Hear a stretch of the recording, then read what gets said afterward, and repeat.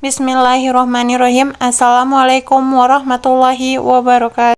Perkenalkan, saya Widya Ningsih, NIM C1B021081 dari Prodi Ilmu Tanah kelas 1B Fakultas Pertanian Universitas Mataram. Di sini saya akan membahas tugas Pancasila video singkat tentang sistem sosiologi Pancasila sebagai ideologi negara.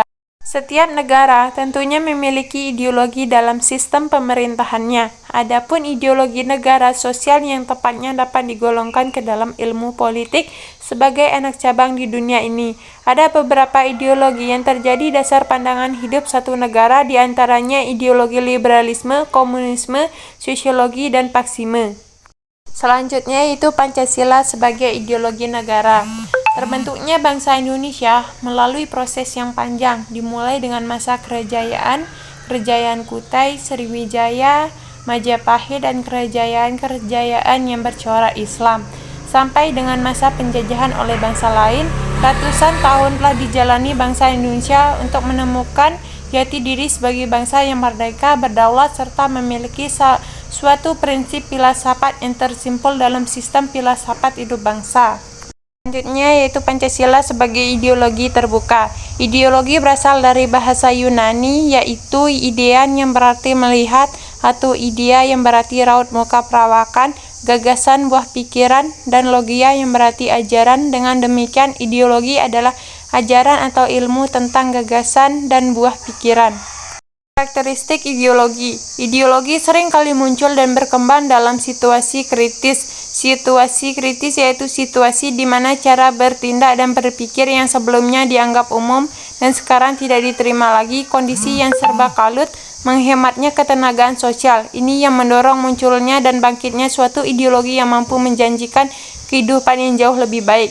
Ideologi merupakan pemikiran yang sistematis meskipun cenderung kaku dan tertutup. Ideologi harus disusun secara sistematis agar dapat diterima masyarakat secara rasional. Fungsi ideologi. Sebagai dasar pemikiran, ideologi memiliki beberapa fungsi, dijabarkan sebagai berikut.